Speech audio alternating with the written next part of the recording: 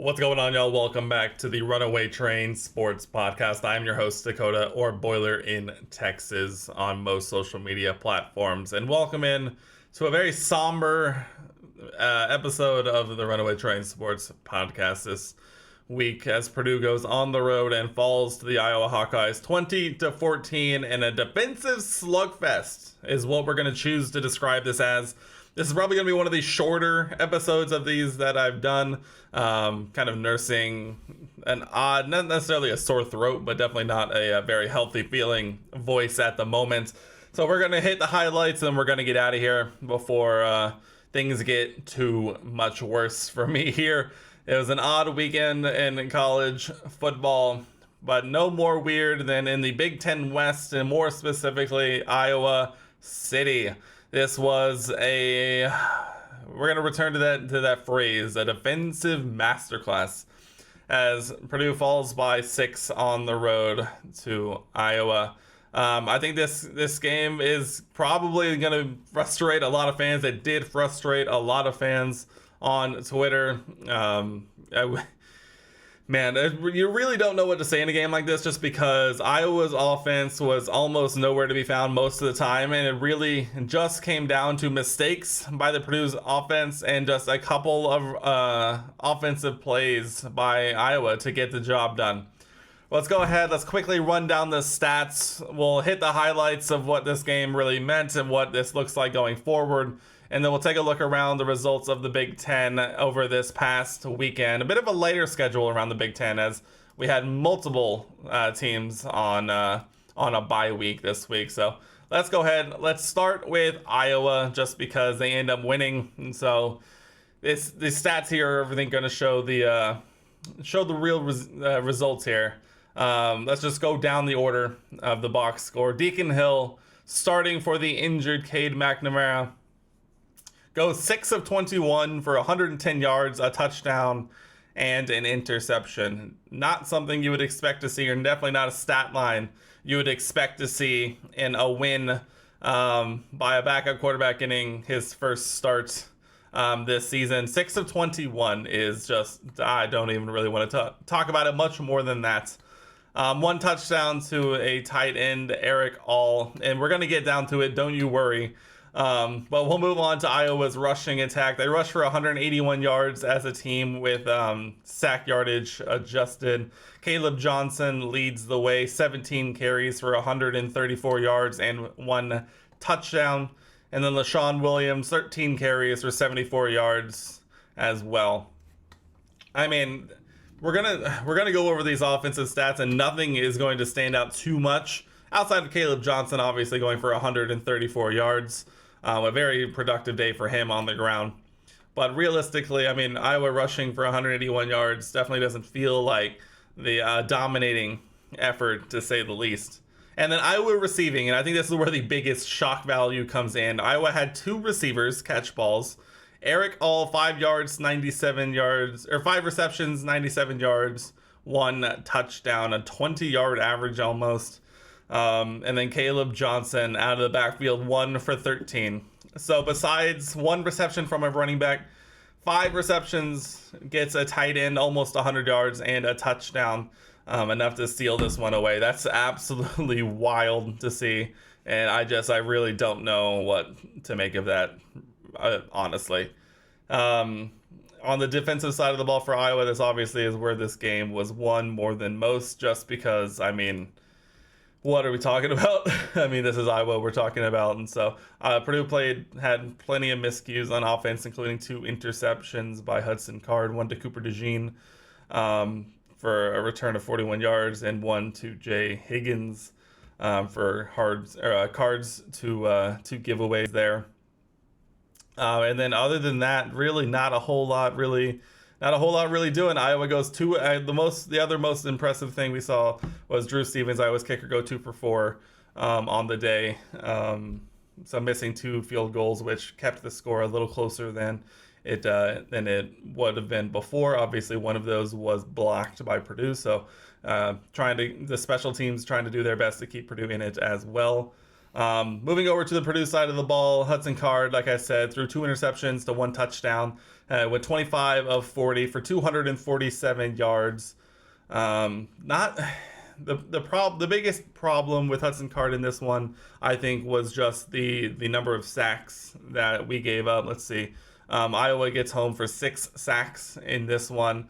And I think a lot of those just kind of boiled down to Card just holding onto the ball slightly too long, trying to make something happen and just nothing to do, and just did not get the ball off in time to avoid those sacks. And so, I mean, I think Card was putting a lot of pressure on himself to try and make something happen in a game where offense came as a premium, and we saw it kind of just go the other way in terms of letting up 6 sacks and him throwing 2 interceptions.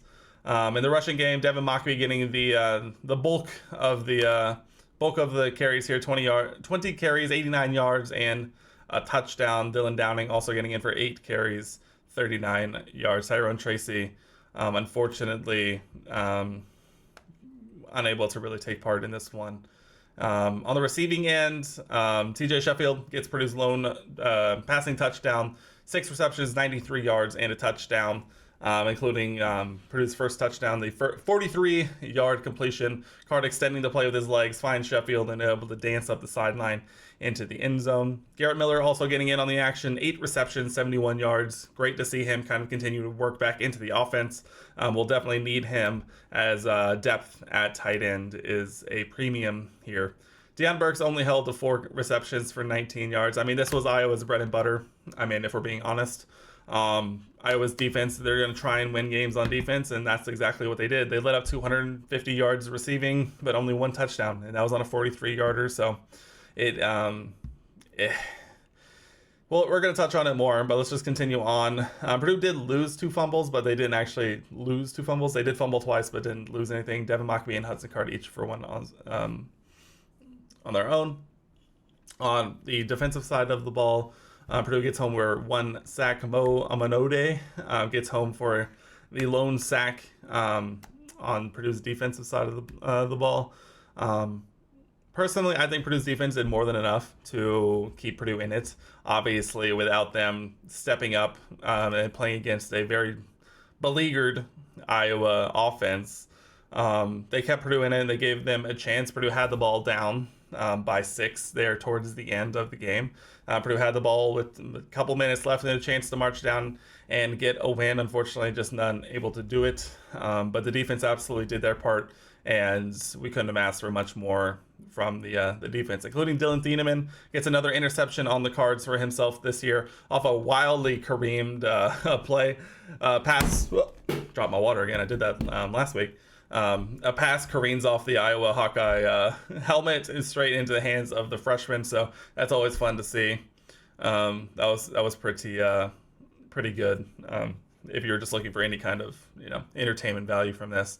In the punt return game, we'll mention that TJ Sheffield had 3 punts returned for 53 total yards. Obviously, most of those coming on a 48-yard return, setting Purdue up for a good opportunity that unfortunately did not lead to much.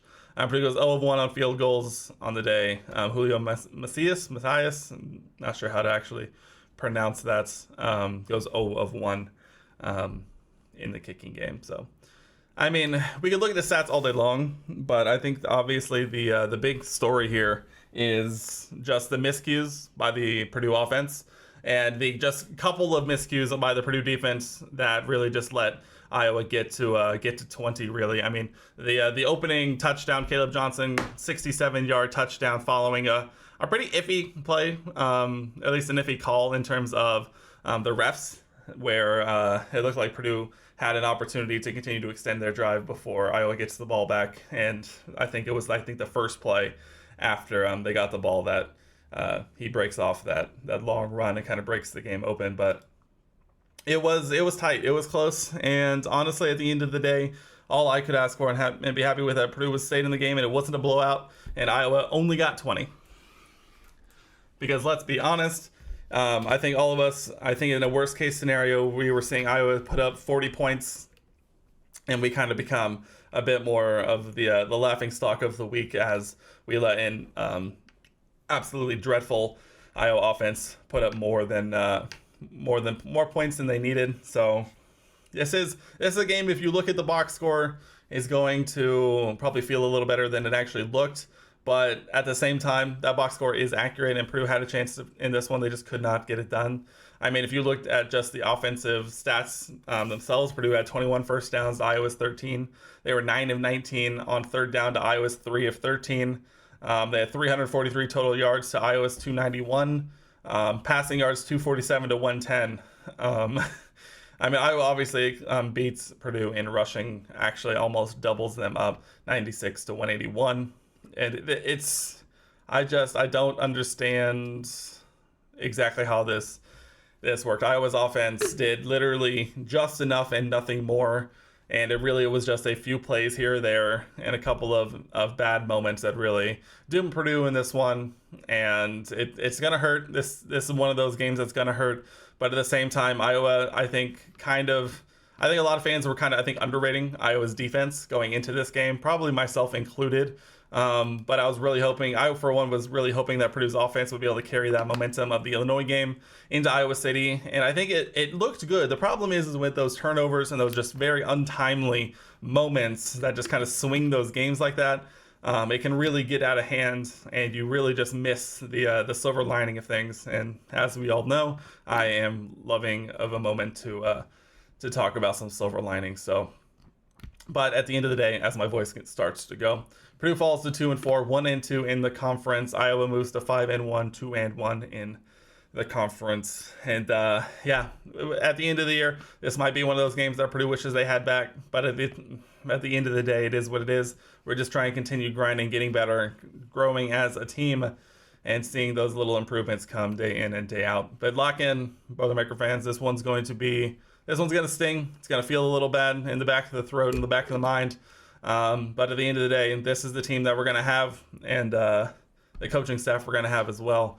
And so all we can hope is that they continue to gel, continue to grow, continue to develop, and hopefully this year 0 won't end up too badly, and we'll go into next year with a little bit of momentum as this team and program continues to gel under new head coach Ryan Walters. Ohio State looms next weekend, but we'll talk about that in the preview episode here in a few days this week. Let's go ahead. Let's take a look around the Big Ten and see what notable scores resulted from this week. Nebraska and Illinois faced off on Friday evening. Nebraska coming away with a 20-7 win on the road in Champaign. And boy, oh boy, does Illinois just look out of sorts, to say the least.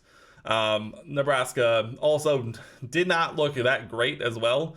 This is not something that the box score really showed, but man, both of these teams really struggled. But Illinois could only muster up a second quarter touchdown, and they look listless and probably need to make some major changes or turn something on and reset something to get them going. But man, they could be a long finish to the season for Illinois if they don't get it together. Moving on from there to Saturday, Michigan at Minnesota. Michigan walks to a 52-10 win. I mean, they were up 24-10 in the first half. A 21-point third quarter absolutely sealed it.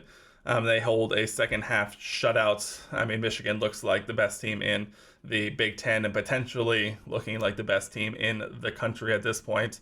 And I don't know if it's particularly close. Maryland at Ohio State. This game was a game for a majority of the afternoon, but a 17-point fourth quarter and a fourth quarter shutout for Ohio State. They pull off a 37-17 win at home over Maryland. This was a very good game. The final score of this one, I don't think is very indicative of just how in this Maryland was into the second half, but eventually Ohio State just exerted their will over Maryland, and the rest is history. And Marvin Harrison Jr., my goodness, 8 receptions, 163 yards, and a touchdown. Ohio State faces a very tough test heading to West Lafayette next weekend. But like I said, we'll cover that here in a few days. Rutgers at Wisconsin. Wisconsin looked like they were going to run away with this one, going up 17-0 into halftime before I think they just kind of let off the gas. One fourth quarter touchdown, and Rutgers was able to claw back 13 points to only lose by 11. Very odd season for Rutgers, I think. I mean, this Rutgers team is 4-2, but 1-2 in the Big Ten.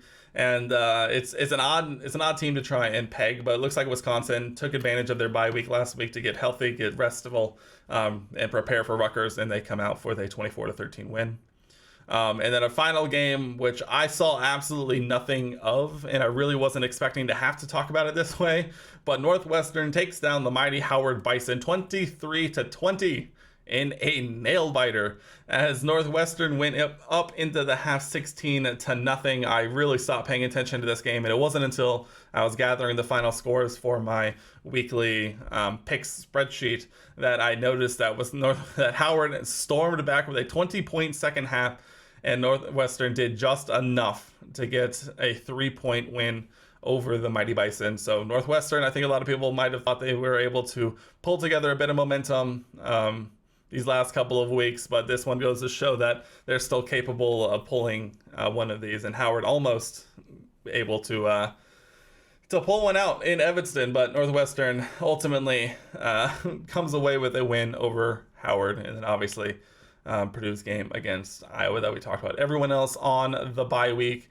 We're heading into week 7 already. Can you believe that this season is already halfway over for the Purdue Boilermakers? They host Ohio State in a night game, which apparently could get a little dicey with the weather. It's going to be interesting to see. Hopefully it's not too bad, but we're not going to go about it there. We're going to cover that here in a few days. Yeah, this one hurts. This one does hurt a lot. I don't think this one might be the one that hurts the most, but it's just going to be another one of the tick of a winnable game that just unfortunately just couldn't get enough legs under ourselves to get over the hump. I, for one, am still not panicking. It seems like there's a lot of people who are, I don't know if I would call it panicking. It doesn't seem like it's as bad as some of the non-conference losses, but it definitely feels like people are starting to jump ship again, even after everyone back on the train after Illinois.